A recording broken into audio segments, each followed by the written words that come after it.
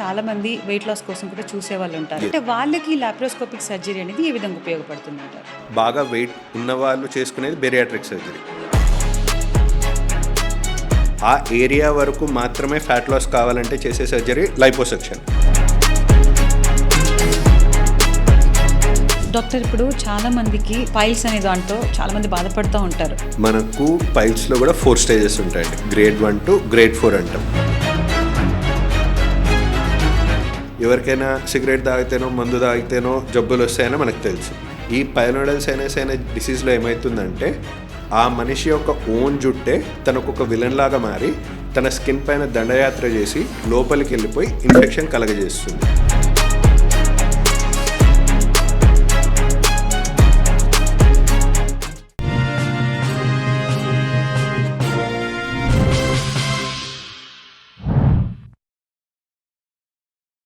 Hello viewers, welcome to social post health. నేను మీ anchor Krittika. ఈ రోజు మనతో డాక్టర్ అవినాష్ నాలి గారు ఉన్నారు, laparoscopic and minimal access surgeon. So డాక్టర్ని అడిగి ప్రతి ఒక్క క్వశ్చన్కి సమాధానం తెలుసుకోవడానికి ప్రయత్నిద్దాం. Hello doctor. హాయ్ అండి. డాక్టర్, అంతకుముందుకు ఆపరేషన్ సర్జరీ అనగానే చాలామంది భయపడేవారు. ఓకే, సర్జరీనా అంటే చాలా పెద్దగా ఉంటుంది కాబట్టి పెద్ద పెద్ద కత్తులతో కోస్తారు, సర్జరీ అంటే చాలా వరకు టైం పట్టేది రికవర్ అని కూడా. కానీ ఇప్పట్లో చూసుకుంటే లాప్రోస్కోపిక్ అని వచ్చేసింది. చాలా మినిమల్గా సర్జరీ చేస్తారు, దాంతో పెద్ద రిస్క్ ఏముండదు అని చాలామందికి వింటున్నారు, దాన్నే ఆప్ట్ అవుతున్నారు. అసలు లాప్రోస్కోపిక్ సర్జరీ అనేది ఎలా చేస్తారో అది ఎంతవరకు సేఫ్ అంటారు doctor? It's very good question అండి. సో టు స్టార్ట్ విత్, మీరు అన్నట్లే ఒక 20 years 25 years ముందు చూసుకుంటే సేమ్ మీరు అన్నట్లే మనకు పెద్ద పెద్ద కోతలు ఉండేవి.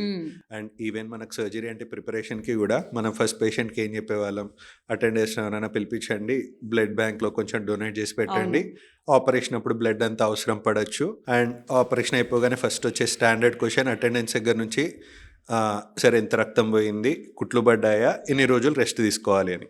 ఈ క్వశ్చన్స్ అన్నిటినీ ఇప్పుడున్న కరెంట్ జనరేషన్లో లాప్రోస్కోపీ ద్వారా ఇవి ఏవి యాప్ట్ అవ్వండి. ఎందుకు అంటే మనకు లాప్రోస్కోపీ ద్వారా ఇప్పుడు అసలు లాప్రోస్కోపీ అంటే ఏంటి అండ్ ఇది వరకు ఏం చేసేవాళ్ళని చూసుకుంటే, ఓపెన్ సర్జరీ అంటే ఏం చేసేవారు, కడుపుకి ఏమైనా సర్జరీ చేయాలంటే పెద్ద పెద్ద కోతలు ఇచ్చి లోపల ఉన్న ఆర్గన్స్, సపోజ్ రాళ్ళు తీయాలంటే రాళ్ళు తీయడం, యూట్రస్ గర్భసంచి తీసేయాలంటే తీసేయడం చేసేవారు. సో అంత చిన్న అవయవాన్ని తీయడానికి కూడా పెద్ద కోతలు ఇవ్వాల్సి అవసరం వచ్చేది. ఇప్పుడు మనకి టెక్నాలజీ ఏ విధంగా అడ్వాన్స్ అయింది అంటే లాప్రోస్కోపీ అనే పద్ధతి ద్వారా పెద్ద కోతలు అనేవి అసలు అవసరం ఉండదు, చిన్న చిన్న హోల్స్ పెట్టేస్తాం.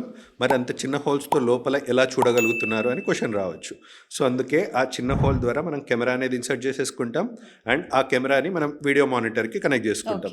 జస్ట్ ఎగ్జాంపుల్కి చెప్పాలంటే ఇప్పుడు మనకు పెళ్ళిళ్ళు జరిగేటప్పుడు మ్యారేజ్ హాల్లో కెమెరా పెట్టేస్తారు, బట్ ద సేమ్ కెమెరాని మనకు డైనింగ్ హాల్లో ఉన్న వాళ్ళు కూడా చూసుకోవాలి. సేమ్ వే మనకు కడుపు లోపల ఏదైతే జరుగుతుందో మనం ఆ కెమెరా సహాయంతో మనం ఒక వీడియో మానిటర్లో చూసుకుంటూ ఉంటాం.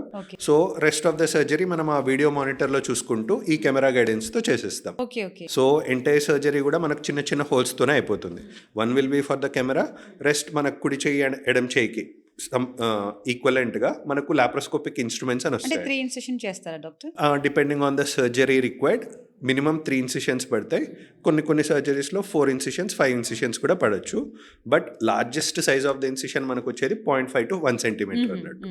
సో వీటి వల్ల ఏమవుతుంది, మనకు చిన్న చిన్న కోతల ద్వారానే సర్జరీ అయిపోతుంది. మనకు కోతకు తగ్గట్టే గంతకు తగ్గ బొంత అన్నట్టు కోత చిన్నదిగా ఉంది కాబట్టి పెయిన్ తక్కువ ఉంటుంది, బ్లడ్ లాస్ తక్కువ ఉంటుంది, రికవరీ పరంగా కానీ కాస్మెటిక్ పరంగా కూడా ఫాస్టెస్ట్ రిజల్ట్స్ అనేవి మనకు లాప్రోస్కోపీ ద్వారా సాధ్యమవుతున్నాయి. అంటే రికవరీ టైం ఎంత వరకు ఉంటుంది డాక్టర్? గట్టిగా మాట్లాడితే ఆ రోజుకి వరకు మాత్రమే తనని పేషెంట్ గా కన్సిడర్ చేస్తామండి. లైక్ సన్ రైజ్ అప్పుడు పేషెంట్ అడ్మిట్ అవుతారు, సన్సెట్ టైం కల్లా ఈవినింగ్ కల్లా పేషెంట్ ని డిశ్చార్జ్ చేసుకునేంత అడ్వాన్సెస్ మనకు లాప్రోస్కోపీ ద్వారా సాధ్యమవుతుంది. సూపర్. అంటే ఇప్పుడు లాప్రోస్కోపిక్ సర్జరీ అంటే ఎంత పెద్ద సర్జరీకైనా మీరు దీన్ని వాడొచ్చా డాక్టర్? ఎస్, ఇప్పుడు ఉన్న టెక్నాలజికల్ అడ్వాన్సెస్ ప్రకారం other than caesarean section, C section, బిడ్డని డెలివరీ చేసే ఒక్కటి తప్పితే ఎనీ మేజర్ సర్జరీ, పెద్ద పెద్ద సర్జరీస్ కూడా ఇంక్లూడింగ్ క్యాన్సర్ సర్జరీస్ కన్నిటికీ కూడా మనకు లాప్రోస్కోపీ ద్వారా చేసే ఫెసిలిటీస్ అండ్ అడ్వాన్సెస్ ఉన్నాయి. అంటే సర్జరీ తర్వాత మార్క్స్ ఏమైనా ఉంటాయా డాక్టర్ దీనికి? వెరీ ఫైన్ మార్క్స్ అండి, అస్సలు ఏం ఉండవు అన్నట్టు కాదు, బట్ ఉందా లేదా అన్నట్టు ఉంటుంది. జస్ట్ మనకి ఒక నైఫ్తో కోసుకుపోతే ఎంత చిన్న ఇన్సిషన్ వస్తుందో సేమ్ అంతే 0.5 to 1 centimeter ఇన్సిషన్ ఉంటుంది. డౌన్ ద లైన్ అవి కూడా హీల్ అయిపోయే కొద్దీ అసలు జరిగిందా లేదా అన్నట్లు అయిపోతుంది. దీనికి కూడా అనెస్థీషియా ఇస్తారా డాక్టర్? 100% అనెస్థీషియా ఇవ్వాల్సిందే, అది కూడా కంప్లీట్ అనెస్థీషియా ఇస్తారండి. అదే విధంగా డాక్టర్ చాలా మంది వెయిట్ లాస్ కోసం కూడా చూసేవాళ్ళు ఉంటారు. ఎస్. అంటే వాళ్ళకి లాప్రోస్కోపిక్ సర్జరీ అనేది ఏ విధంగా ఉపయోగపడుతుందంటారు? మనకు వెయిట్ లాస్కి చేసే లాప్రోస్కోపిక్ సర్జరీస్నే బెరియాట్రిక్ సర్జరీస్ అంటారండి. వాటినే మెటబాలిక్ సర్జరీస్ అని కూడా అంటారు. వారికి బెస్ట్ రిజల్ట్స్ అనేవి వస్తాయి. బికాస్ ఎవరైనా మనిషి బాగా ఫ్యాట్ పెరుగుతూ ఉంటే లావు ఉన్నారంటే వాళ్ళకి మెయిన్ ఫ్యాట్ పెరిగినట్టు. అవును. మనకు ఫ్యాట్ ఎక్కువ ఉండే కొద్దీ సర్జరీ తర్వాత ఇన్ఫెక్షన్ రిస్క్ అనేది బాగా పెరుగుతూ ఉంటుంది. ఓకే. ఎస్పెషల్లీ అది ఓపెన్ సర్జరీ చేస్తే వాళ్ళకి ఫ్యాట్ చాలా Too much డిస్టర్బ్ ఉంటుంది. చేసి ఉంటారు కాబట్టి ఆ ఫ్యాట్ అంతా డ్యామేజ్ అవ్వడం వల్ల ఇన్ఫెక్షన్ రిస్క్ అనేది వాళ్ళకి ఎక్కువ అవుతుంది. అదే మనకు లాప్రోస్కోపీ సర్జరీ చేసుకుంటే ఏరియా ఆఫ్ డ్యామేజ్ అనేది చాలా తక్కువ అయిపోయింది కాబట్టి వారికి చాలా బెస్ట్ రిజల్ట్స్ అనేవి వస్తాయి. అంటే డాక్టర్ ఇప్పుడు ఆ లాప్రోస్కోపిక్ సర్జరీ ద్వారా ఫ్యాట్ని తీసేస్తారా? Not exactly. అసలు ఫ్యాట్ని తీసే సర్జరీని లైపోసెక్షన్ అంటారు. So there is a difference. బాగా వెయిట్ ఉన్న వాళ్ళు చేసుకునేది బెరియాట్రిక్ సర్జరీ. బట్ ఒక పర్టికులర్ పార్ట్లో లైక్ Yeah. ఎవరికైనా ఆర్మ్స్లో ఎక్కువ ఫ్యాట్ అయింది ఆర్ టక్ అని ఆర్ తొడలో ఎక్కువ ఫ్యాట్ అయింది, ఆ ఏరియా వరకు మాత్రమే ఫ్యాట్ లాస్ కావాలంటే చేసే సర్జరీ లైపోసెక్షన్. వెరాజ్ బేరియాట్రిక్ సర్జరీలో ఫ్యాట్ తీయడం అంటూ ఏమీ జరగదు.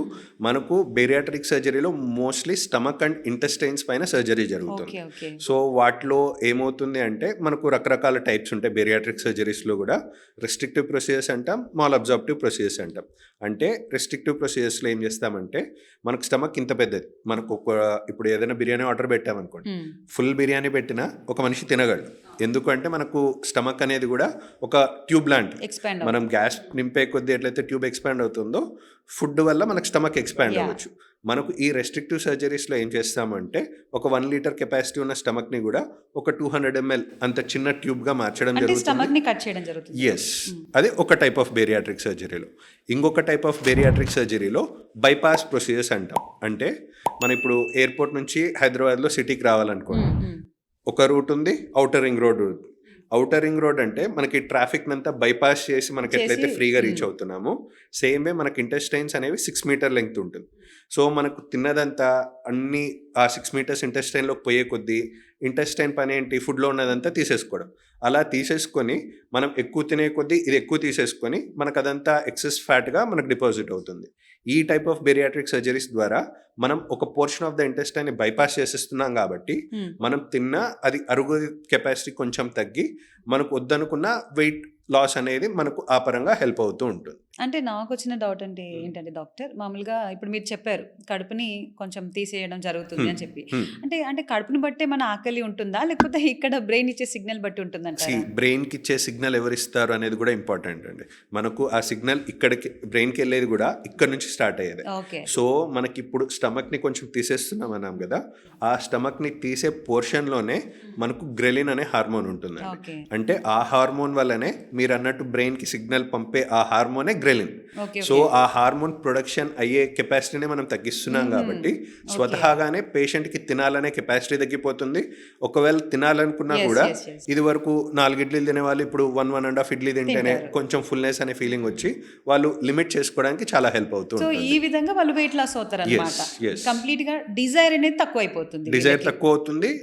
ఇట్స్ నాట్ ఓన్లీ డిజైర్ అండి. అంటే ఇప్పుడు జస్ట్ మనం చెప్పినట్టు సరే 1 లీటర్ తినేవాడు ఇప్పుడు 200 ml తీసుకుంటే తగ్గించి తింటే అది సర్జరీ చేసుకునేందుకు నార్మల్గానే నేను తగ్గించుకొని తింటానని కూడా అనొచ్చు. బట్ ఈ సర్జరీ వల్ల అడిషనల్ అడ్వాంటేజ్గా మనకు చెప్పినట్టు హార్మోనల్ ప్రొఫైల్ అనేది కూడా మారుతూ ఉంటుంది. అండ్ గట్ మైక్రోబ్యాక్టీరియా అంటారు.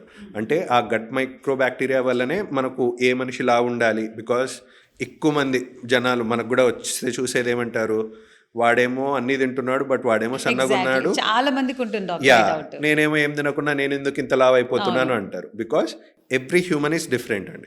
ఆ గట్ మైక్రోబ్యాక్టీరియా ఏవైతే ఉంటాయో అవన్నీ కూడా కొంచెం ఆల్టరేషన్ జరుగుతుంది ఆఫ్టర్ బేరియాట్రిక్ సర్జరీ వల్ల. Okay. So just food restriction ఒక్కటే కాదు, బాడీలో చాలా చేంజెస్ అనేవి ఈ బేరియాట్రిక్ సర్జరీ వల్ల రావడం వల్ల వెయిట్ లాస్ అనేది జనరల్లీ కడుపు మార్చుకుంటే అంటే డైటింగ్ చేసే వాళ్ళకి వచ్చే వెయిట్ లాస్ ఎంత ఉంటుంది ఆ పర్టికులర్ మంత్కే ఉంటుంది. Yes. బట్ ఈ బేరియాట్రిక్ సర్జరీ వల్ల వచ్చే రిజల్ట్స్ అనేవి మినిమం 5 years ప్లస్ ఉంటాయి. ఓకే. యా. అంటే దాని తర్వాత కడుపు ఏమన్నా మళ్ళీ ప్రాబ్లం ఏమన్నా ఉంటుందా డాక్టర్? ఎందుకంటే దాన్ని సగానికి సగం తీసేయడం జరుగుతుంది. Yes. అంటే చాలా బేరియాట్రిక్ అంటే ఓవర్ వెయిట్ ఉన్న వాళ్ళు చేసుకునే 100% సర్జరీ. yes. సో దాని తర్వాత ఏమైనా కాంప్లికేషన్స్ అనేవి ఉంటాయా? కాంప్లికేషన్స్ రాకుండా ఉండడానికి డెఫినెట్లీ కొన్ని జాగ్రత్తలు మస్ట్ అండ్ షుడ్ ఫాలో అవ్వాలి. ఏ పరంగా సేమ్ ఇందాకే అనుకున్నట్టు మనకి ఇంత స్టమక్ని ఇంత చిన్న చేస్తున్నాం. ఎస్. చిన్న చేసిన తర్వాత ఇట్స్ జస్ట్ లైక్ ఒక సిమెంట్ రోడ్ వేసిన తర్వాత కొంచెం సేపు దాన్ని అట్లానే వదిలేస్తే రెస్ట్ ఇస్తే అది సిమెంట్ సెట్ అయిపోతుంది. తర్వాత మనం లారీలు అవన్నీ తిప్పినా ఏమీ కాదు. సేమ్ ఇప్పుడు స్టమక్ని ఏదైతే చిన్నది చేస్తున్నామో ఇది టైర్ లాంటిదే కదా. మనం సర్జరీ తర్వాత ఇష్టం వచ్చినట్టు తినకూడదు. ఓకే. అందుకే ఫస్ట్ ఫ్యూ డేస్ మనకు స్లోగా ఫస్ట్ లిక్విడ్ డైట్ స్టార్ట్ చేస్తాం. ఓన్లీ లిక్విడ్స్ పైన పెడతాం ఫస్ట్ 3 వీక్స్కి. తర్వాత నెక్స్ట్ 3 వీక్స్కి పళ్ళు లేని వాళ్ళు ఎట్లయితే అన్నంని మిక్సీలో వేసుకొని తింటారో అలా నెక్స్ట్ 3 వీక్స్కి ఇవ్వడం జరుగుతుంది. సో దట్ ఆ చిన్నగా చేసిన స్టమక్ పైన ఒకేసారి ప్రెషర్ పెట్టకుండా స్లోగా పెట్టినట్టు. అండ్ మోర్ ఇంపార్టెంట్లీ కాంప్లికేషన్స్ అనేవి రాకుండా మనకు బేరియాట్రిక్ సర్జరీలో ఏం చేస్తామంటే మిగతా సర్జరీస్లో అనుకోండి పేషెంట్ డాక్టర్ని సెలెక్ట్ చేసుకుంటాడు. ఓకే. వేరేస్ బేరియాట్రిక్ సర్జరీ వరకు మాత్రం డాక్టరే పేషెంట్ని సెలెక్ట్ చేసుకోవాలి. ఏ పరంగా అంటే సపోజ్ మన దగ్గరికి ఎవరైనా పేషెంట్ వచ్చారు, ఫుల్ ఆల్కహాలిక్, స్మోకరు, ముక్కలైందే ముద్ద దిగదు అన్నారు. వారికి అన్లెస్ అంటిల్ వాళ్ళు ఒక 3-4 వీక్స్ మనం చెప్పినట్టు ఓకే. పాటిస్తున్నారా లేదా అని మనం టెస్ట్ చేసి వాళ్ళు పాటిస్తున్నారని మనకు నమ్మకం కుదిరినప్పుడే చేయాలి తప్ప పేషెంట్ కూడా మీరు క్యాండిడేట్ని సెలెక్ట్ చేసుకుంటారు. చేయాలి. ఓకే. లేదంటే ఎవరికి పెడితే వాళ్ళకి చేసామనుకోండి అప్పుడు మీరు అన్న కాంప్లికేషన్స్ అన్ని రావచ్చండి. సో ఒక డిసిప్లిన్ చూస్తారు వాళ్ళు ఎలా ఉంటున్నారు మీరు ఇచ్చిన Yes. టైం లైన్ కి. ఆ డిసిప్లైన్ ఉన్న వారికే చేయాలి తప్ప ఎవరికి పడితే అది చేయకూడదు. చేయలేరు. మరి అలాంటప్పుడు డాక్టర్ ఇప్పుడు ఓన్లీ ఆకలి తగ్గుతుందా అంటే దీంతో పాటు ఉన్న ఫ్యాట్ ఎలా వాళ్ళకి పోతుంది బాడీ బర్న్ అవుట్ అవుతూ ఉంటుంది కదండి. మనకు Okay, డైజెషన్ పరంగా ఇప్పుడు చాలా చేంజెస్ జరిగాయి కాబట్టి weight loss will be very massive. మనకి స్టార్టింగ్ ఫ్రమ్ 40 Okay. కిలోస్ నుంచి 100-200 కేజీస్ వెయిట్ లాస్ అయిన వాళ్ళు కూడా మనకు ఉన్నారండి బెరియాట్రిక్ సర్జరీ ద్వారా. అండ్ వన్ మోర్ డౌట్ ఏంటంటే అంత వెయిట్ లాస్ అయినప్పుడు బాడీ అనేది సాగ్ అయిపోతుంది. ఎస్. సో అలాంటప్పుడు వాళ్ళు ఏ విధంగా దాన్ని మరి కంప్లీట్గా కవర్ చేసుకోవచ్చు అంటారు? After bariatric surgery only diet పరంగా మార్పులే కాకుండా ఫిజికల్ యాక్టివిటీ పరంగా కూడా మనం ఎంకరేజ్ చేస్తామండి. బికాజ్ లైక్ ప్రెగ్నెన్సీ తర్వాత మనకు డెఫినెట్లీ అయితే టమ్మీ Yes, లూజ్ yes. అయినట్టు మనకు సడన్ వెయిట్ లాస్ అనేది అవుతున్నప్పుడు 100% ఈ స్కిన్ లూజ్ అవ్వడం అనేది జరుగుతుంది. సో ఆ స్కిన్ లాక్సిటీని తగ్గించడానికి మనకు ఫస్ట్ నుంచి ఎక్సర్సైజ్ చేస్తాం సో దట్ ఆ స్కిన్కి ఆ టోన్ వచ్చేటట్టు. ఓకే. అండ్ కొల్లేజన్ అనేది కూడా మనం బాగా ఇస్తుంటాం సప్లిమెంట్స్ రూపంలో సో దట్ ఆ స్కిన్ స్కాగింగ్ తగ్గడానికి. ఇవన్నీ పాటించినా కూడా కొందరి వరకు మాత్రం కొంచెం ఆడ్గా స్కిన్ బాగా సాగ్ అవ్వచ్చు. చాలా మంది మనం ఇందాక ఇప్పుడు వీడియో యూట్యూబ్లో కొట్టిన డాక్టర్ చాలా వీడియోస్ ఉంటాయి మై వెయిట్ లైస్ జర్నీ అని చెప్పేసి పెడతా ఉంటారు. ట్రూ. ప్రతి ఒక్కరు చూస్తాం చాలా డ్రాస్టిక్ చేంజ్ ఉంటుంది. కానీ వాళ్ళ బాడీ చూపిస్తారు చాలా మొత్తం లూజ్ లూజ్ అయినట్టు. సాగ్ అయిపోయి ఉంటుంది. Yes. మళ్ళీ వాళ్ళు ప్లాస్టిక్ సర్జన్ని వాళ్ళు చూస్ చేసుకోవాలని ఉంటుందా డాక్టర్? కొందరిలో, నాట్ అందరిలో అని కాదు, కానీ ఫస్ట్ నుంచి ఎవరైతే బాగా ఎక్సర్సైజ్ చేసి ఆ టోన్ మెయింటైన్ చేస్తారో వాళ్ళకి అవసరం పడదు.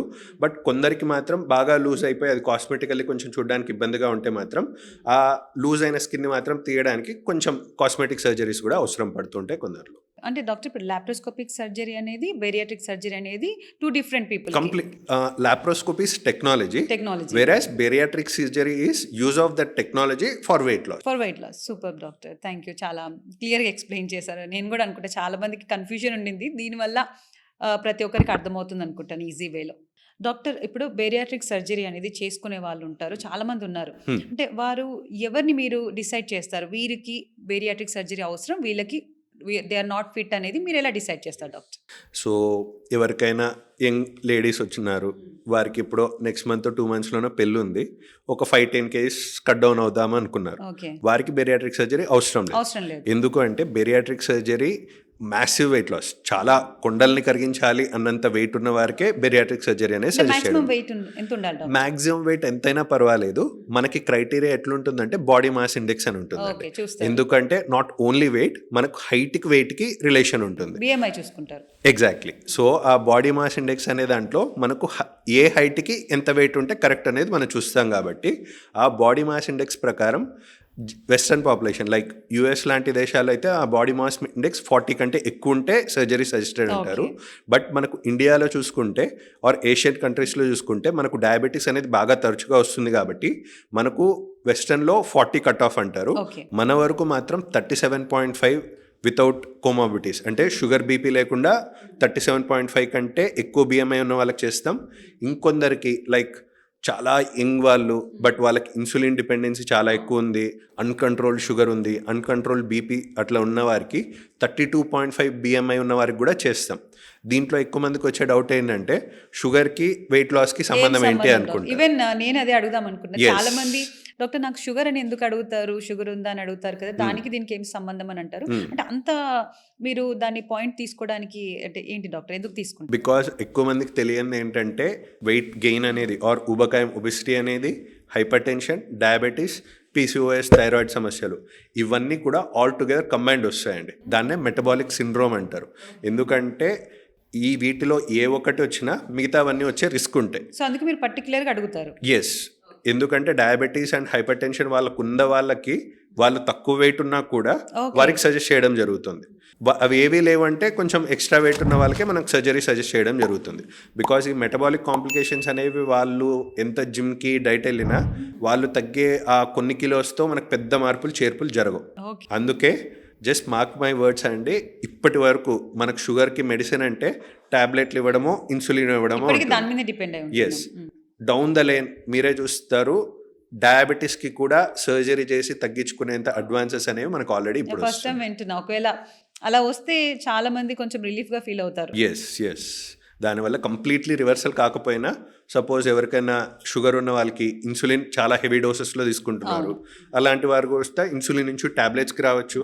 ట్యాబ్లెట్స్ మాత్రమే వాడుతున్న వాళ్ళు ట్యాబ్లెట్స్ కూడా అవసరం లేకుండా కంప్లీట్లీ క్యూర్ ఆఫ్ డయాబెటీస్ అయ్యే ఛాన్సెస్ కూడా ఉన్నాయి. యాక్చువల్లీ అదే అడుగుదాం అనుకున్నా, ఏంటంటే టాబ్లెట్స్ మీద కాకుండా సర్జరీ షుగర్ కూడా చేస్తారండి అని అన్నారు కదా, కంప్లీట్గా షుగర్నే పోగొట్టగలమా మనం, డయాబెటీస్ పోగొట్టగలం డెఫినెట్లీ. అంటే just with medication? No with surgery surgery and weight loss. Surgery వల్ల వెయిట్ లాస్ వస్తుంటుంది.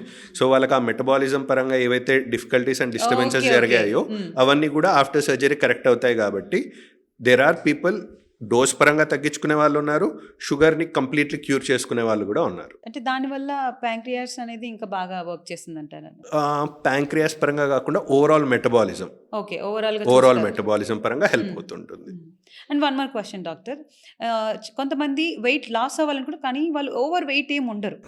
అంటే కొంచెం నేను ఒక 10 kgs తగ్గాలనుకుంటున్నాను, 15 kgs తగ్గాలనుకుంటున్నాను, దానికి నాకు సర్జరీ అవసరమా, నాకు టైం కూడా ఉంది, 100% అవసరం లేదు, న్యాచురల్ గా అవ్వాలనుకుంటారు కదా డాక్టర్, వాళ్ళకి మీరేం సజెషన్ చేస్తారు? ఎస్, 5-10 kgs వాళ్ళకి డెఫినెట్లీ నాట్ సర్జరీ సజెస్టెడ్. మనకు 5-10 kgs వాళ్ళు తగ్గాలి అనుకుంటే general tip for weight loss కంటే ముందు basic principle of weight loss అనేది ఐడియా ఉండాలండి. సో జస్ట్ కంపారిజన్ కోసం చెప్పాలంటే మన బాడీని ఒక బ్యాంక్ అనుకుందామండి. బ్యాంక్కి క్యాష్ ఇన్ఫ్లో ఉంటుంది, అంటే డబ్బులు వస్తుంటాయి. మనకి ఎప్పుడైతే ఆ డబ్బులు ఎక్కువైపోతాయో మనకి ఈజీగా స్టోర్ చేసుకోవడానికి అంత పెద్ద నోట్ల కట్టని మనం ఒక చిన్న గోల్డ్ బిస్కెట్తో రీప్లేస్ చేయొచ్చు. సేమ్ వే మన బాడీలో మనకి డబ్బులు అంటే క్యాలరీస్, ఈ మనీ అంతా క్యాలరీస్ అనుకుంటాం. మనకి ఎప్పుడైతే మనకు అవసరానికి మించి క్యాలరీస్ వస్తున్నాయో, ఎందుకంటే ఇప్పుడు అంతా జరుగుతుంది అదే, మనకు కడుపు నిండిందా అని చూస్తున్నాం కానీ మనం చూడాల్సింది ఏంటంటే క్యాలరీస్ నిండాయా లేదా. సో అవసరానికి మించి మనం ఎప్పుడైతే వస్తుందో అదంతా ఎక్కడికి పోవాలో తెలియక అదంతా మనకు గోల్డ్ బిస్కెట్ రూపంలో మారినట్టు మన బాడీలో గోల్డ్ కలర్లో ఉన్న ఫ్యాట్ రూపంలో మారుతుంది. ఎస్. సో ఇప్పుడు మనం ఏం చేయాలి, ఖజానా ఖాళీ చేయాలి. సో ఆదాయం తగ్గించుకోవాలి, ఖర్చు అనేది పెంచాలి. సో ఆ పరంగా ఇంటేక్ పరంగా మనకు క్యాలరీ పూర్ ఫుడ్ అంటే ఎక్కువ మంది ఏమంటారు ఎంత తింటున్నారు అని చూస్తారు. It's not just the quantity of food, quality of food. Because suppose ఒక గ్రీన్ లీఫీ వెజిటబుల్స్ అవన్నీ ఇంత పెద్ద కట్టలు తిన్నా మనకు వచ్చే క్యాలరీస్ ఇన్నే. బట్ ఇంతే చిన్న gulab jamun or any sweet తిన్నా దానివల్ల వచ్చే క్యాలరీస్ ఇన్ని ఉంటాయి, రైట్? సో ఆ పరంగా మనం క్వాలిటీ ఆఫ్ ఫుడ్ చూసుకుంటూ క్యాలరీస్ పరంగా ఏది తక్కువ అని ఆ న్యూట్రిషియస్ ఫుడ్ తీసుకోవాలి. అట్ ద సేమ్ టైం కొందరు యంగ్ వాళ్ళు ఎవరైనా ఉన్నారనుకోండి, అంత ఆకలి చంపుకొని అన్ని కోరికలు చంపుకొని ఉండలేరు. So I would suggest burn more calories. So ఆదాయం తగ్గించకపోయినా ఖర్చు బాగా పెంచండి, అంటే ఫిజికల్ యాక్టివిటీ బాగా పెంచి. ఎస్. సో ఎప్పుడైతే మనకు క్యాలరీ నెగిటివ్ బ్యాలెన్స్లోకి వెళ్తుందో క్యాలరీ డెఫిసిట్ అంటాం. సో ఆ డెఫిసిట్ జరిగిన రోజు మనకు వెయిట్ లాస్ అనేది స్టార్ట్ అవుతుంది. సో జస్ట్ రఫ్లీ చెప్పాలంటే మనకు అప్రాక్సిమేట్లీ 7,000 క్యాలరీస్ నెగిటివ్ డెఫిసిట్లోకి పోతే 1 kg తగ్గుతారు. అవునా డాక్టర్? సో అందుకే రిజల్ట్స్ వోంట్ బి మిరాక్యులస్, చాలా టైం పడుతుంది. It's a long journey. అద్భుతాలు ఏవి జరగవు వెయిట్ లాస్లో. నిజంగా అంత అద్భుతాలు జరిగితే అవన్నీ టెంపరీగా ఉంటాయి తప్ప, అండ్ దట్ టు టెంపరీ ఒక్కటే కాకుండా those are unhealthy weight loss అండి. మనకు కావాల్సింది జస్ట్ వెయిట్ లాస్ కాదు, healthy weight loss. What is the difference అని చూసుకుంటే ఫ్యాట్ ఒక్కటి తగ్గింది అనుకోండి, that is healthy weight loss. ఫ్యాట్తో పాటు మజిల్ కూడా పోయింది అనుకోండి, మనకు muscle is more important source. అవును. సో అది పోకుండా అన్హెల్తీ వెయిట్ లాస్ జరగకూడదు. హ్మ్. సో అందుకే ఈ వెయిట్ లాస్ జర్నీలో కూడా మనం క్యాలరీస్ తగ్గించుకోవాలి. అట్ ద సేమ్ టైం మనకు మజిల్ లాస్ అనేది కాకుండా ప్రోటీన్ అనేది మనం ఓకే. బాగా తీసుకుంటూ మజిల్ లాస్ కాకుండా కాపాడుకుంటూ ఉండాలి. అంటే అదే విధంగా డాక్టర్ కొంతమంది ఇంకా వెయిట్ లాస్ అవ్వాలని కంటిన్యూగా ఎక్సర్సైజ్ చేస్తూ ఉంటారు. ఫుడ్ కూడా చాలా కట్ ఆఫ్ చేస్తూ ఉంటారు. వెంటనే తగ్గిపోయానని చెప్పేస్తారు. మళ్ళీ విదిన్ నో టైమ్ వాళ్ళు మళ్ళీ వెయిట్ గెయిన్ అవుతారు. అలా ఎందుకు జరుగుతుంది డాక్టర్? వెయిట్ గెయిన్ అవ్వడానికి వాళ్ళు ఏం చేశారనేది చూడాలండి. బికాజ్ ఆల్రెడీ ఒకటి సక్సెస్ ఫార్ములా అయినప్పుడు హ్మ్. ఆ సక్సెస్ ఫార్ములా మళ్ళీ ఫెయిల్ ఎందుకు అవుతుంది? హ్మ్. అన్లెస్ అంటిల్ వాళ్ళు మళ్ళీ తగ్గిపోయామనే అనుకున్న భావంతో వెయిట్ వచ్చేసామని మళ్ళీ ఇంకా మళ్ళీ హుహు. ఎప్పుడైతే నెగ్లెక్ట్ చేస్తారో అప్పుడే వెయిట్ రీగెయిన్ అవుతారు. హ్మ్. బట్ ఈ స్ట్రిక్ట్ ప్రోటోకాల్స్ ఫాలో అవుతే definitely result will be very good. Okay. Per day ఒకరికి ఎన్ని 1000 క్యాలరీస్ అవసరం అంటారు doctor? It all depends on the body weight ప్రకారం అండి. మనకి మేల్కి ఒక క్యాలరీ రిక్వైర్మెంట్ ఉండొచ్చు, హ్మ్. ఫీమేల్స్కి ఒక రిక్వైర్మెంట్ ఉండొచ్చు. హ్మ్. అది కూడా మనకు బాడీ వెయిట్ ప్రకారం ఉంటుంది. అంటే ఇప్పుడు వెయిట్ లాస్ ఎవరైతే అవ్వాలనుకుంటున్నారో వాళ్ళు పక్క ఒక డైటీషియన్ పెట్టుకోవాలంటారా డాక్టర్? అవసరం ఇప్పుడున్న అంటారా? కాలంలో గూగుల్ చాట్ జీపీటీని వాడుకొని కూడా ఇనఫ్ అంటారు. సరిపోతుందండి. జస్ట్ ఒక ఒక ఫోటో న్యూట్రిషన్ క్లిక్ ని చేసి జస్ట్ దీంట్లో ఎంత క్యాలరీస్ ఉన్నాయని చెప్పినా మనకి ఇవన్నీ హెల్ప్ అవుతూనే ఉంటాయి. డైటీషియన్ హెల్ప్ చేసుకుంటే that is well and good. Well and good. But dietitian లేరు అనే ఎవరు కారణం చెప్పుకోకుండా మనం నిజంగా ఒక కమిట్మెంట్ ఉంటే మనం డెఫినెట్లీ ఇప్పుడున్న అన్ని సోర్సెస్ ద్వారా మనమే చేసేసుకోవచ్చు. ఓకే. మీరు అన్నారు కదా డాక్టర్, అంటే డిపాజిట్ అయిపోయింది ఫ్యాట్ని మనం ఖర్చు చేయాలని చెప్పేసి. సో ఎక్సర్సైజ్ అంటే మీరు ఎలాంటి ఎక్సర్సైజ్ సజెస్ట్ చేస్తారు doctor? Any exercise which any. They wish అండి. బట్ ఎక్సర్సైజ్ అంటే నా ప్రకారం simple walking I don't consider as exercise. Okay. Because మనం కరిగించడానికి ఇచ్చే టైం ఇంతే అన్నప్పుడు ఆ ఇచ్చిన టైంలోనే ఎంతవరకు రాబట్టచ్చు, ఎంతవరకు కరిగించవచ్చు అని చూడాలి. సో అందుకే వాకింగ్ కంటే కూడా ఎనీ ఎక్సర్సైజ్ వేర్ మన హార్ట్ బీట్ అనేది ఒక 130-140 వరకు కొట్టుకోవాలి యా. అండ్ చెమటలు కారాలి. ఓకే. సో ఇలా చేస్తేనే స్వెట్ అవ్వాలంటారు బాడీ. 100% అదే స్ట్రెన్యూయస్ ఎక్సర్సైజ్. జస్ట్ వాకింగ్తోనో చిన్న చిన్న ఇంట్లో లేడీస్ వస్తుంటారు, ఇంట్లో పనంతా నేనే చేస్తానంటారు. అవి ఏవి పెద్ద ఫిజికల్ యాక్టివిటీ కింద ఓకే. కన్సిడర్ చేయలేదు. చేయలేరు. పక్కా జిమ్ అనేది చేయాలంటారా డాక్టర్? జిమ్ ఆర్ ఎనీథింగ్ అండి. షటిల్ ఆడొచ్చు, సైక్లింగ్ చేయొచ్చు, ఎన్నో ఉన్నాయి. ఎనీథింగ్, స్విమ్మింగ్ చేయొచ్చు. మ్మ్. బట్ మెటబాలిజం అనేది బాగా పెరగాలి ఆ కొద్దిపాటి టైంలో. సో ఎవరెవరైతే 10-15 కేజీస్ నేను తగ్గాలనుకుంటున్నారో వాళ్ళకి ఏం సర్జరీ లేకుండా ఇది చాలా హెల్తీవే 100% సర్జరీ అంటారు. అవసరం లేదు. నో నీడ్, వాళ్ళు ఇది యాప్ చేసుకోవచ్చు Yes, అంటారు. yes. Super doctor. డాక్టర్, ఇప్పుడు చాలా మందికి పైల్స్ అనే దాంతో చాలా మంది బాధపడుతూ ఉంటారు. ఏంటంటే వాళ్ళు ఇంట్లో వాళ్ళకి చెప్పడం కూడా సిగ్గుపడుతూ ఉంటారు. ఎందుకంటే అలాంటి ఏరియాలో వస్తాయి కాబట్టి చాలా ఇబ్బందికరంగా ఉంటుంది. వాళ్ళు డాక్టర్ దగ్గరికి రావడానికి కూడా సిగ్గుపడుతూ ఉంటారు డాక్టర్. సో మరి అలాంటప్పుడు వాళ్ళకు మీరిచ్చే సజెషన్ ఏంటి? అలా చెప్పకపోవడం వల్ల అదేమైనా ఇంకా సీరియస్ ఇష్యూస్ ఏమైనా వస్తాయంటారా వాళ్ళకి? సో ఇప్పుడు ప్రస్తుతానికి మనం హైదరాబాద్లో ఉంటున్నాం కాబట్టి హైదరాబాద్లో non veg famous, hotels famous and software కూడా ఫేమస్. అవును. సో ఈ రెండు ఇండస్ట్రీస్, హోటల్ ఇండస్ట్రీ కానీ సాఫ్ట్వేర్ ఇండస్ట్రీ బాగున్నంత వరకు ఈ డిసీజెస్కి కొరతే ఉండదండి. ఓకే. సో ఈ జబ్బు ఎవరైతే సఫర్ అవుతున్నారో మీరేం కొత్తగా కాదు, మీరు ఒక్కరే కాదు, మీతో పాటు చాలా మంది మీ పక్కన ఉండే వాళ్ళు కూడా సఫర్ అవుతూ ఉంటారు. ఓకే. సో కానీ చెప్పుకోరంటారు అంతే. అస్సలు చెప్పుకోరు. ఈవెన్ క్లినిక్ వచ్చిన తర్వాత కూడా మ్మ్. వాళ్ళ మొహమాట మేనరిజం పడతారు. చూసుకుంటే మ్మ్. ఖచ్చితంగా చెప్పేయచ్చు ఈయనకుంది Okay. ప్రాబ్లం అని. వాళ్ళ మీరు వాకింగ్ చూసుంటారు కదా డాక్టర్. ఎస్, క్లినిక్ కి వచ్చే వాకింగ్ స్టైల్ దగ్గర నుంచి ఓకే. బాగా రజనీకాంత్ లాగా ఫాస్ట్ గా మూవ్ అయ్యేవాడు కాస్త స్లోగా వచ్చి నోట్లోంచి మాట రాదు, మెల్లగా నోట్లోనే మాట్లాడుకుంటూ ఉంటారు. సో ఇవన్నీ కొంచెం psychologically they will be affected Face కాబట్టి చేస్తారు. ఉంటుందండి. యా. అంటే మరి డాక్టర్ వాళ్ళు ఎప్పుడు చాలా అలా చూస్తారు తగ్గిపోతుందిలే అని కొన్ని ఆయుర్వేదం కూడా వాడతారు Yes, డాక్టర్. కొన్ని yes, మందులు మింగడం కానివ్వండి, కొన్ని లైక్ షార్ట్స్ తీసుకోవడం కానివ్వండి చేస్తారు, తగ్గవు, ఇంకా చాలా పెరిగిపోతాయి, సీరియస్ ఇష్యూస్ వస్తాయి. తర్వాత బ్లడ్ అనేది వాళ్ళకి కంప్లీట్గా చూస్తారు. బ్లడ్ చూసిన తర్వాత భయం వేస్తుంది, ఇంకా అప్పుడు డాక్టర్ దగ్గరికి వస్తారు. సో ఏ స్టేజ్లో రావడం బెటర్ అంటారు డాక్టర్? మనకు పైల్స్లో కూడా 4 స్టేజెస్ ఉంటాయండి. గ్రేడ్ 1 to గ్రేడ్ 4 అంటాం.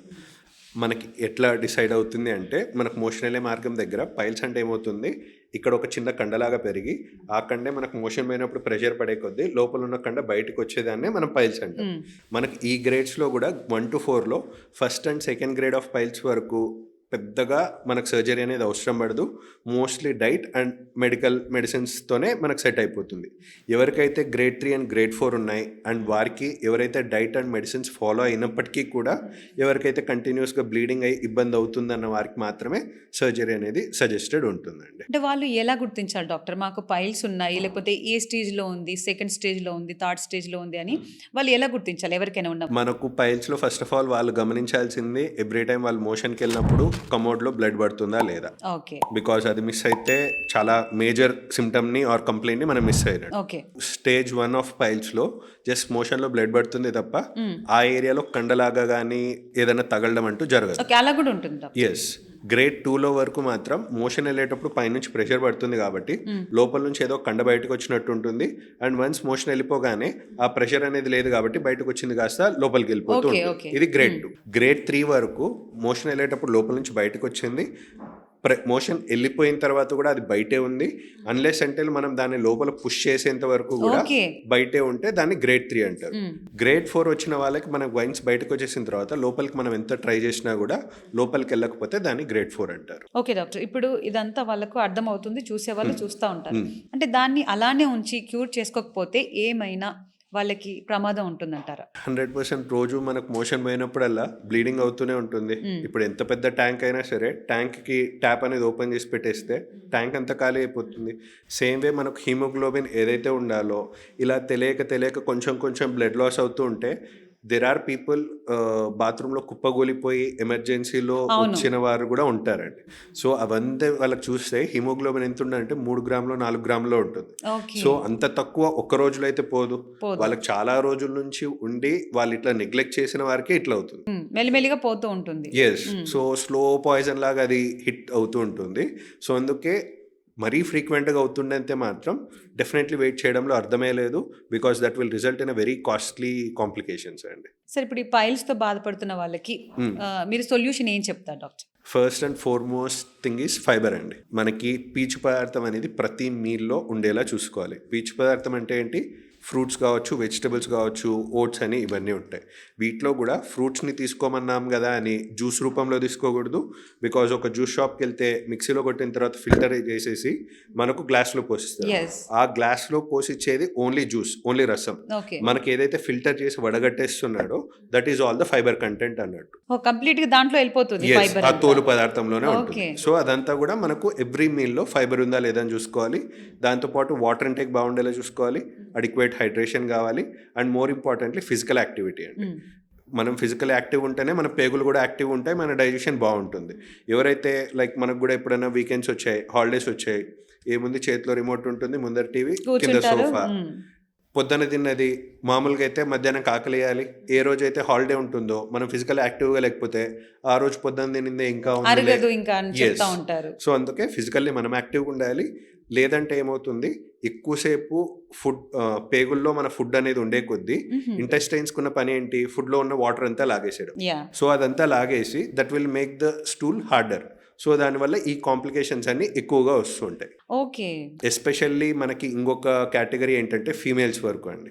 లేడీస్లో చూసుకుంటే మనకి అదర్వైజ్ ఎక్కువ మంది చెప్పేది ఏంటి అంటే, సరే అక్కడికి ఎక్కడికో ట్రావెల్ కని వెళ్ళాము, మీకు తెలిసిందే కదా అక్కడ వాష్రూమ్స్ బాగుండవని ఆ రోజు వాటర్ తీసుకోకపోవడం వల్ల ఆ నెక్స్ట్ రోజు నుంచి ఈ ప్రాబ్లమ్స్ అన్ని స్టార్ట్ అయ్యాయి అంటారు. సో వాటర్ తీసుకోకపోవడం వల్ల కూడా మనకు వస్తుంటాయి.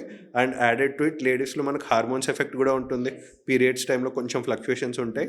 And more importantly during pregnancy and after pregnancy లేడీస్కి ఈ piles and fissure problems develop అయ్యే ఛాన్సెస్ ఎక్కువ ఉంటాయి. ఎందుకు అంటే మనకు నడుం భాగం దగ్గర చూసుకుంటే జెంట్స్లో బాడీ ఒక రకంగా ఉంటుంది, లేడీస్లో ఒక రకంగా ఉంటుంది. జెంట్స్లో వరకు చూసుకుంటే ముందర యూరినరీ బ్లాడర్ అంటే యూరిన్కి సంబంధించిన సంచి, వెనకాల పక్క రెక్టమ్ అంటే మోషన్కి ఉంటుంది. అదే లేడీస్లో చూసుకుంటే మధ్యలో యుట్రస్ అనేది గర్భసంచి అనేది కూడా ఉంటుంది. ప్రెగ్నెన్సీ టైంలో ఏమవుతుంది, జనరల్లీ మనకు యూరినరీ బ్లాడర్ పెరగడం తగ్గడం ఉంటుంది, రెక్టమ్ అనేది కూడా పెరగడం తగ్గడం ఉంటుంది. ఇప్పుడు ప్రెగ్నెన్సీలో జనరల్లీ యుట్రస్ ఏదైతే పెరగదో అది అమాంతం పెరగడం స్టార్ట్ అవుతుంది. అది పెరిగే కొద్దీ ఏమవుతుంది, ముందరున్న యూరినరీ బ్లాడర్ పైన ప్రెషర్ పెట్టచ్చు, లేకుంటే వెనకాల రెక్టమ్ పైన ప్రెషర్ పెట్టచ్చు. రెక్టమ్ పైన ప్రెషర్ పెట్టడం వల్ల మనకు మోషన్ రిలేటెడ్ సమస్యలు వస్తుంటాయి. సో కాన్స్టిపేషన్ అనేది ఎక్కువ అవుతూ ఉంటుంది. ముందర ప్రెషర్ పడడం వల్ల ప్రెగ్నెన్సీలో లేడీస్కి చూస్తే ఎక్కువసారి యూరిన్కి వెళ్తుంటారు. ఎందుకంటే ఈ వెనకాల బిడ్డ పెరిగేది యూరినరీ బ్లాడర్ పైన ప్రెషర్ పెట్టడం వల్ల ఇది వరకు ఒక 500 ml కెపాసిటీ Hold యూరినరీ చేసేది. బ్లాడర్కి వేస్తా ఇప్పుడు చిన్నదిగా అయిపోతుంది. అందుకే తరచుగా ప్రెగ్నెంట్ ఫీమేల్స్ చెప్పే కంప్లైంట్ ఏంటంటే దగ్గినప్పుడు తుమ్మినప్పుడు కూడా కొంచెం యూరిన్ లీక్ అవుతున్నట్టు అని అంటారు. సో వాటికి ఇదే కారణం. కాబట్టి ప్రెగ్నెన్సీ టైంలో డెఫినెట్లీ ఆడవారు జనరల్ ఫీమేల్స్ అనుకోండి అట్లీస్ట్ వాళ్ళకి ఏమైనా సర్జరీ అవసరమైతే మనం చేసేయచ్చు. ప్రెగ్నెన్సీ టైంలో వాళ్ళు ఫైబర్ బాగా తీసుకోకపోతే ఆ టైంలో మనకు ప్రాబ్లం ఉంది, దానికి సొల్యూషన్ ఉండి కూడా బిడ్డకి ఏమవుతుందా అన్న రిస్క్తో మనం సర్జరీ కానీ ఎక్కువ అవును. మెడిసిన్స్ వాడడానికి కూడా ఉండదు. సో అందుకే ప్రెగ్నెన్సీ టైంలో prevention is better than cure అండి. అవును. ప్రతి మీల్లో ఫైబర్ బాగుండేలా చూసుకుంటూ కాన్స్టిపేషన్ రాకుండా చూసుకోవడం అనేది చాలా ఇంపార్టెంట్. Super doctor. ఇంత డీప్గా ఎవరు ఆలోచించి ఉండరు. యాక్చువల్లీ అంటే ప్రెగ్నెంట్ మదర్ కూడా ఇంతలా ఉంటుందా వెనక బ్యాక్ స్టోరీ అనేది కూడా వాళ్ళ చాలా మందికి నాలెడ్జ్ అనేది ఉండదు. బట్ దీంతో చాలా మందికి ఒక నాలెడ్జ్ అనేది వచ్చింది డాక్టర్. అంటే పైల్స్ అనేటివి వంశపారపర్యం కూడా వస్తాయా డాక్టర్? అంటే ఫ్యూ పీపుల్ హెరిడిటరీ కూడా రావచ్చు అండి. కాన్స్టిపేషన్ ప్రాబ్లమ్స్ అండ్ చిన్నప్పటి నుంచి వాళ్ళ టాయిలెట్ ట్రైనింగ్ ఎట్లుంది, బికాస్ ప్రతిరోజు మోషన్ టైంకి వెళ్ళే వాళ్ళు ఉంటారు, 2-3 రోజులకు ఒకసారి వెళ్ళే వాళ్ళు ఉంటారు. సో ఆ హ్యాబిట్స్ అనేవి బాగా ఉంటే ప్రాబ్లం రాదు, కానీ ఇట్లా 2-3 డేస్కి ఒకసారి అబ్నార్మల్ హ్యాబిట్స్ ఉన్న వారికి ఇవన్నీ వచ్చే ఛాన్సెస్ ఎక్కువ ఉంటాయి. ఇప్పుడు డాక్టర్ పైల్స్తో ఉన్న వాళ్ళు ఎక్కువ మోషన్ టాబ్లెట్స్ వేసుకుంటూ ఉంటారు ఈజీగా వెళ్ళిపోవడానికి, అది సేఫ్ అంటారా? Natural is always better. ఆ ట్యాబ్లెట్లో ఏముంటుంది, మోషన్ ఫ్రీ అవ్వడానికి ఏదో మెడిసిన్ ఉంటుంది, సిరప్ కానీ పౌడర్ కానీ ట్యాబ్లెట్ కానీ. అదేదో నేచురల్ సోర్స్ ఆఫ్ ఫైబర్ పరంగా తీసుకుంటే మనకి ఇదేంటంటే సపోజ్ జ్వరం వచ్చింది అనుకోండి, ఆ రోజుకి మాత్రమే మనకు ట్యాబ్లెట్ అవసరం. బట్ ఈ ప్రాబ్లం అనేది లైఫ్ లాంగ్ ఉండేది, మనం రోజు బతుకున్న రోజులు మోషన్ పోవాల్సిందే. సో ఎన్ని రోజులు ట్యాబ్లెట్ వాడుకుంటాం.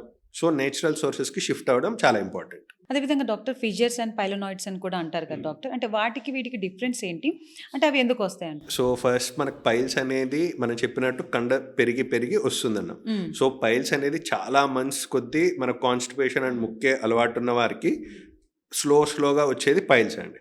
వెరాస్ ఫిషర్లో ఏమవుతుందంటే మనకు మోషన్ వెళ్ళే మార్గం ఒక రబ్బర్ బ్యాండ్ లాంటిది, రాకముందు ఇలా వచ్చినప్పుడు మెల్లగా ఓపెన్ అప్ అయిపోయి వెళ్ళిపోగానే క్లోజ్ అవుతుంది. సో ఇలా రబ్బర్ బ్యాండ్ లాగా పనిచేస్తున్న దానిపైన ఎవరైనా నాన్ వెజ్ హెవీగా తిన్నారు, వాటర్ అస్సలు లేదు, ఫైబర్ తీసుకోలేదు, ఆర్ ట్రావెల్లో ఉండి ఆ రోజు మోషన్ వెళ్ళడం స్కిప్ చేసి నెక్స్ట్ రోజుకి వెళ్ళారు, కారణం ఏదైనా మోషన్ బాగా హార్డ్ అయింది అనుకోండి, గట్టిగా రాళ్ళలాగా అయినప్పుడు వాళ్ళు మోషన్ వెళ్ళేటప్పుడే ఆ రబ్బర్ బ్యాండ్ మోషన్ వెళ్ళే మార్గం దగ్గర రబ్బర్ బ్యాండ్ లాంటి దానిపైన ఎక్సెస్ స్ట్రెచ్ చేయడం వల్ల కట్ అవుతుంది. సో ఆ కట్ అయిన దాన్ని మనం ఫిషర్ అంటారు. ఎక్కువ మంది ఆ భాగంలో పెయిన్ వస్తే మాకు పైల్స్ వచ్చింది అనుకుంటారు, కానీ ఎక్కువ మందికి పెయిన్ కూడుకొని ఉంటే అది మెయిన్లీ ఫిషర్ వల్ల వచ్చి ఉంటుంది. Because piles are generally painless unless అంటే అడ్వాన్స్ స్టేజ్ అయితే తప్ప. ఫస్ట్ నుంచి వాళ్ళకి పెయిన్తో కూడుకొని లైట్గా బ్లీడింగ్ ఫస్ట్లో వస్తుందంటే అది ఫిషరు. ఆ బ్లీడింగ్ కాస్త కొన్ని రోజులకి తగ్గిపోతుంది. పెయిన్ వరకు మాత్రం మోషన్ వెళ్ళినప్పుడల్లా మనకు ఆ కట్ అయిన దానిపైన మోషన్ వెళ్ళేటప్పుడు రాపిడి జరుగుతుంది, కాబట్టి ఆ ఫిషర్ వరకు పెయిన్ ఒక కొన్ని వీక్స్ నుంచి మంత్స్ వరకు ఉంటుందండి. So that is fissure. Next pilonidal sinus గురించి చూసుకుంటే ఇది ఒక విచిత్రమైన జబ్బు. ఎవరికైనా సిగరెట్ తాగితేనో మందు తాగితేనో జబ్బులు వస్తాయని మనకు తెలుసు. ఈ పైలోనైడల్ సైనస్ అనే డిసీజ్లో ఏమవుతుందంటే ఆ మనిషి యొక్క ఓన్ జుట్టే తనకు ఒక విలన్ లాగా మారి తన స్కిన్ పైన దండయాత్ర చేసి లోపలికి వెళ్ళిపోయి ఇన్ఫెక్షన్ కలగజేస్తుంది. సో ఈ పైలోనైడల్ సైనస్లో ఏమవుతుందంటే మనకు దీన్నే జీప్ డ్రైవర్స్ డిసీజ్ అంటారండి. అంటే ఎక్కువసేపు వరల్డ్ వార్ టైంలో అప్పుడు ఒకరు మొత్తం సోల్జర్స్కి అందరికీ ఉన్న పలంగా ఇన్ బిట్వీన్ ద బటక్స్ ఒక పింపుల్ లాగా వచ్చేది. ఏమిరా అంటే ఆ టైంలో ఇంకా యుద్ధం జరుగుతుంది కాబట్టి రౌండ్ ద క్లాక్ వాళ్ళు కూర్చొనే ఉండేవాళ్ళు అండ్ ట్రావెల్ చేసేవాళ్ళు. ఇప్పుడున్నట్లు అంత కుషన్ కూడా ఉండేది కాదు. సో వాళ్ళంతసేపు కూర్చోవడం వల్ల ఆర్ ఈ పైలోనైడల్ సైనస్లో ఏం జరిగేది అంటే మనకు బ్యాక్ సైడ్ ఏదైతే హెయిర్ వస్తుందో ఆ హెయిర్ అంతా రాలిపోయినప్పుడు ఎక్కడ జారి పడుతుంది, మనకు నడుము దగ్గర మనకి ఇన్ బిట్వీన్ ద బటక్స్ అది కొంచెం ఏరియా వైజ్ కూడా ఇట్లా ఉంటుంది, కాబట్టి ఆ ఏరియాలో డిపాజిట్ అవుతూ ఉంటుంది. ఆ డిపాజిట్ అయిన హెయిర్ పైన మనకు స్వతహాగా కూడా ఆ ఏరియాలో కొంచెం చెమట స్వెట్టింగ్ అనేది ఎక్కువ ఉంటుంది, కాబట్టి బాగా వెట్ అయిన స్కిన్ ఉంటుంది. దానిపైన ఈ రాలిన హెయిర్ వచ్చి మనకి ఎప్పుడైనా వుడ్ వర్క్ చేసేటప్పుడు చిన్న చిన్న చెక్క ముక్కలు స్కిన్ పైన గుచ్చుకున్నట్టు ఉంటాయి, రైట్? సేమ్ వే అక్కడ ఆల్రెడీ లేతగా నానిపోయిన చర్మం పైన మన ఓన్ హెయిరే ఒక షార్ప్ ఆబ్జెక్ట్ లాగా గుచ్చుకొని ఆ హెయిర్ అంతా లోపలికి పోయి మనకు అక్కడ చిన్న పింపుల్ లాగా మారి కొంచెం పస్ కానీ బ్లడ్ కానీ కొంచెం ఏదో తడి అవుతున్నట్టు ఉండి ఒక పింపుల్ లాగా వస్తుందండి ఈ పైలోనోడల్ సైనస్లో. ఇంత పెద్ద ప్రాసెస్ జరుగుతుందా డాక్టర్? తెలియకుండా సైలెంట్గా జరిగిపోతుంది. అంటే వాళ్ళకి మామూలుగా ఇంత పెద్ద ప్రాసెస్ చేయడానికి ఎంత టైం పడుతుంది? అంటే అసలు బేసికల్లీ అదంతా డ్యామేజ్ జరిగేంత వరకు కూడా పేషెంట్కి తెలియదండి. As like normal people hair పెరిగినా ఓకే, బాడీ పైన హెయిర్ వచ్చేది కామనే అనుకుంటారు. బట్ ఎవరికైతే డిసీజ్ వస్తుందో అప్పటి వరకు వాళ్ళకి అసలు ఇది జరిగినట్టు కూడా ఎవరికి తెలియదు. ఇలాంటి కేసెస్ ఎంతమంది ఉన్నారు డాక్టర్? ఇప్పుడున్న కాలంలో సాఫ్ట్వేర్ ఎంప్లాయీస్ అందరూ ఫుల్గా ఉంటున్నారు. వాళ్ళు ఎప్పటికీ సిట్టింగ్ జాబ్లోనే ఉంటున్నారు కాబట్టి చాలా ఫ్రీక్వెంట్గా వస్తుందండి. Not only for software employees, ఇప్పుడు పిల్లలు కూడా చూసుకుంటే లిటరల్లీ ఒకప్పుడు ఎడ్యుకేషన్ అంటే స్పోర్ట్స్ అని కూడా ఉండేవి. ఇప్పుడు అసలు ఏమీ లేవు. పొద్దున్న నుంచి రాత్రి వరకు చదవడమే. అంతసేపు కూర్చునే వాళ్ళకి ఇంకా ఫ్రీక్వెంట్ గా వస్తూనే ఉంటాయి. అంటే మన నెత్తి మీద అంటే హెడ్ మీద ఉన్న హెయిర్ వెళ్ళిపోతుందా డాక్టర్? హెడ్ కంటే కూడా మెయిన్ బాడీ పైన ఉన్న హెయిర్, బాడీ పైన హెయిర్. సో అందుకే బాడీ పైన హెయిర్ వల్ల ఎక్కువ వస్తుంది కాబట్టి ఈ పైలోనోడల్ సైనస్ అనేది కంపారిటివ్లీ మేల్ పాపులేషన్ జెంట్స్ లో ఎక్కువ వస్తుంటుంది, లేడీస్ లో తక్కువ ఉంటుంది. అంటే how can we avoid doctor? దీన్ని ఎలా అవాయిడ్ చేయాలి? Hair removal, first hair removal చెప్పడం కష్టం కానీ చేయడం కొంచెం కష్టం అండి. బికాస్ ఇక్కడ హెయిర్ అయితే he can see and he can remove. ఆ బ్యాక్ పోర్షన్లో హెయిర్ కాబట్టి పేరెంట్స్ సపోర్ట్ కానీ వైఫ్ సపోర్ట్ కానీ తీసుకోవాలి. ఆర్ ఏం లేదా ఇప్పుడు ఇంకా అర్బన్ కంపెనీ ఇవన్నీ ఉన్నాయి, వాళ్ళ హెల్ప్ తీసుకొని వచ్చిన హెయిర్ వచ్చినట్టు తీసేసుకోవాలి. సెకండ్ థింగ్ ఏంటి అంటే సిట్టింగ్, కంటిన్యూస్ సిట్టింగ్ అనేది అవాయిడ్ చేయాలి. బికాస్ సపోజ్ ఇప్పుడు మనం వేళ్ళని తీసుకొని మనం ఇక్కడ బాగా ప్రెస్ చేసి తీస్తే మనకే ఇక్కడ వేళ్ళ దగ్గర కొంచెం తెల్లగా అయినట్టు అనిపిస్తుంది. బాగా మామూలుగా పింక్ అండేది ఇప్పుడు మనం ప్రెస్ చేస్తే వైట్ కలర్ లో మారుతుంది. ఎందుకు? బ్లడ్ అంతా డిస్ప్లేస్ అయిపోతుంది. కూర్చునే వారికి బ్లడ్ అనేది అక్కడ సరిగ్గా సప్లై ఉండదు. సో అందుకే కంటిన్యూస్ సిట్టింగ్ అనేది ఉండకుండా ఒక హాఫ్ అన్ అవర్ 45 minutes కూర్చున్నారు, take 5-10 minutes break, walk and then sit. And ఆ సిట్టింగ్ అనేది కూడా మనం ఎప్పుడో ఒకప్పుడు చేసేది కాదు, daily job. So make yourself comfortable by using some cushion underneath, so that మనకి కింద కూర్చున్న ఫ్లోర్ కి మన టెయిల్ బోన్ వెన్నెముక చివరి భాగంకి మధ్యలో ఓ మంచి కుషన్ ఉందనుకోండి, కంఫర్టబుల్ గా ఉంటుంది. ఎవరికైతే ఆ కుషన్ ఉండదో వారికి పైలోనోడల్ సైనస్ ఎక్కువ వచ్చే ఛాన్సెస్ ఉంటాయి. అండ్ థర్డ్ థింగ్ గా మనం ఏం సజెస్ట్ చేస్తామంటే చర్మం కూడా అక్కడ నానడం వల్లనే మనకి ఇబ్బంది వచ్చింది. ఎట్లా లైక్ మనకు నార్మల్గా ఇక్కడ స్కిన్ తీసుకున్నాం, ఇట్లా నేను కట్ చేసుకున్నా ఏం కట్ అవ్వదు. ఇప్పుడు ఇదే చెయ్యి ఒక హాఫ్ అన్ అవర్ బీచ్లో స్విమ్మింగ్ చేసి వచ్చాం ఆర్ బట్టలు ఉతికాం, సమ్ వాట్ ఎవర్, బాగా నానిన తర్వాత స్కిన్ అంతా తెల్లగా అయిపోయి పేల్గా అయిపోయి అప్పుడు ఇట్లా కట్ చేసిన షార్ప్ ఆబ్జెక్ట్స్ ఏది తగిలినా చిన్న చిన్న కట్ అవుతుంటుంది. మనం బీచ్ నుంచి బయటకు వచ్చాన కాలుకి చిన్న చిన్న సెన్సిటివ్ అయిపోతూ ఉంటుంది. సేమ్ వే అక్కడ స్కిన్ అనేది సెన్సిటివ్ కాకుండా ముందుగానే మంచిగా పౌడర్ అప్లికేషన్ చేసేసుకుంటాం. అండ్ ఇఫ్ పాసిబుల్ ఒక కాటన్ ప్యాడ్ కూడా పెట్టేస్తే మనకి స్వెట్ వచ్చినట్టు, ఇప్పుడు షర్ట్ కింద బనియన్ వేసినట్టు అక్కడ కాటన్ పెట్టేస్తే వచ్చిన స్వెట్ అంతా ఇది కాటన్ పీల్ చేస్తుంది. And more important it acts as a barrier. Hair ఏదైనా పడినా కూడా మనకు తెలియకుండా అది కాటన్ పైన పడాలే తప్ప డైరెక్ట్లీ మన స్కిన్ పైన పడకుండా ఈ చిన్నపాటి జాగ్రత్తలు తీసుకుంటే మనకు హెల్ప్ అవుతూ ఉంటుంది. కొత్త కొత్త వినాల్సి వస్తుంది డాక్టర్. వినడానికి కొంచెం సర్ప్రైజ్ ఉన్నా హెయిర్ వల్ల కూడా ఇంత డిసీజ్ అంటే చాలా మంది నాకు ఇది ఉంది అని తెలీదు, ఉన్న వాళ్ళు ఓకే, ఇది చాలా మందికి నాతో పాటు ఇంకా చాలా మందికి ఉందా అని కూడా వాళ్ళకి కూడా ఒక అవేర్నెస్ అనేది వస్తుంది డాక్టర్.